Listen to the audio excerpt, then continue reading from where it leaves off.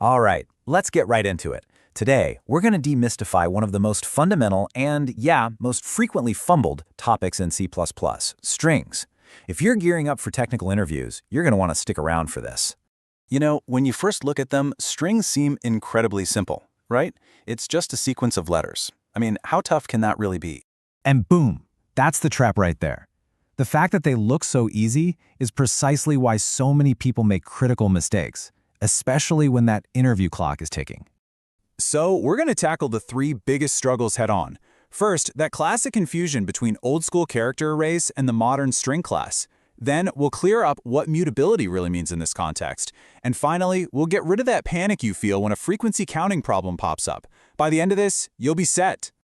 Okay, first up, let's talk about what I like to call the C++ string trap. And I call it that because it seriously catches just about every single data structure student at some point. So at its absolute core, what is a string? Well, it's just a sequence of characters. But, and this is a big but, the real magic and honestly the source of all the confusion is how those characters get stored in memory. That's what we're about to unpack. And this is where it all begins. In the world of C++, you're really dealing with two completely different ways to handle strings. You've got the old-school C-style character array on one hand, and the modern, much more powerful string class from the STL on the other. They are not the same thing, not even close. So let's break these two worlds down. We're going to put the old way right up against the modern way. And you're going to see very quickly why picking the right one is absolutely mission critical in any interview. But hold on, before we can really compare them, we have to get one key concept down cold: mutability. It's a simple idea. It just means you can change something after you create it. But it's at the very heart of how these two string types work. Now, this is where a ton of people get tripped up. They think one is changeable and the other isn't. But nope, that's not it. In C++, both character arrays and std string are mutable. You can change them both. The real difference, the thing your interviewer actually cares about, is all about safety and flexibility. Let's rewind and look at the old way, the char array. Think of it as a fixed-sized box for characters, and it has one non-negotiable rule. It must end with a special null character, that little \0 thing. That's how C++ knows where the string ends. And here you can see exactly what that looks like in memory. We tell the computer we need space for 10 characters to store the name pre-all, so it lays down the 6 letters, then it automatically adds that all-important null terminator, and then you've just got 3 empty, unused spots left over. That fixed size is a huge deal. And here it is, the absolute #1 interview-ending mistake you can make with char arrays.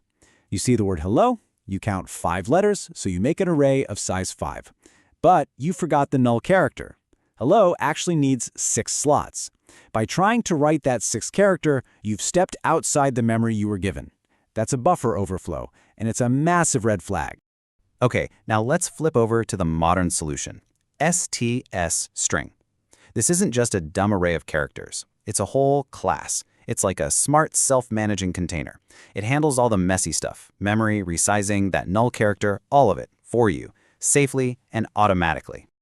Look, if you take away just one thing, let it be this comparison right here. Size, std string is dynamic. Safety, std string is safe. Functions, std string has them built in. The verdict is a total knockout.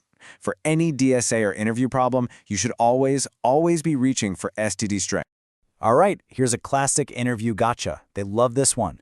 If you just use the standard SYN, it's going to stop reading your string the second it sees a space. So if the input is San Francisco, you're only going to get San. To grab the entire line, spaces and all, you have to use getLine. They will test you on this, guaranteed. Okay, so we've got the theory down. Now let's see how this stuff actually plays out in the real world with a super common and incredibly useful pattern you'll see everywhere: frequency counts. So, what's a frequency count? It's exactly what you think it is, just counting up how many times each character shows up in a string. But don't let the simple name fool you. This one technique is the secret key to solving a massive range of problems. We're talking anagrams, palindromes, hashing, you name it. Now, if you get a problem where you know for a fact the input is just lowercase English letters, there's this super slick, super fast method you can use. You just create an integer array with 26 slots, one for each letter. Then you loop through your string, and for each character you figure out its correct slot in the array and just bump up the count. And this right here, This is the secret sauce, the magic trick that makes the whole array method work. You see, C++ kind of treats characters like numbers behind the scenes. So if you take any lowercase letter and subtract the character A from it, you get a number from 0 to 25. A minus A is 0, B minus A is 1, and so on, all the way to Z. It's a perfect mapping. So the big question is, when do you use which one? Well, it all comes down to a strategic choice. The array method is lightning fast because it's just direct memory access, but its weakness is that it only works for a fixed set of characters you know ahead of time. A map is a little bit slower, but it's the universal tool. It can handle anything you throw at it: uppercase, numbers, symbols, the whole shebang. The problem's constraints will tell you which one to pick. All right, let's tie all of this together. This is the section where we talk about actually winning that interview, with some pro tips you can use right away and some killer mistakes that you have to avoid at all costs. Pay close attention here, because these are the 4 mistakes that can absolutely sink your interview. 1. Never ever say string is immutable. It's not. 2. If you need a whole line of input, you gotta use getLine. 3. Get that frequency formula right. It's the character minus A. And 4. Always ask about the input constraints. Don't assume it's just lowercase letters. Ask. So I want you to burn this into your brain. Think of it as your pre-coding ritual. Before you type a single line of code, you stop, take a breath, and ask yourself these 3 things. What kind of characters am I dealing with? Is frequency counting the right approach here? And based on that, should I use the fast array or the flexible map? This one habit will put you way ahead of the competition. And I want to leave you with this one last thought, because it really gets to the heart of everything we've talked about.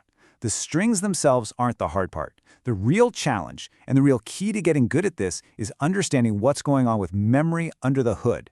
Once you get that, you'll be amazed how many DSA problems suddenly just click into place.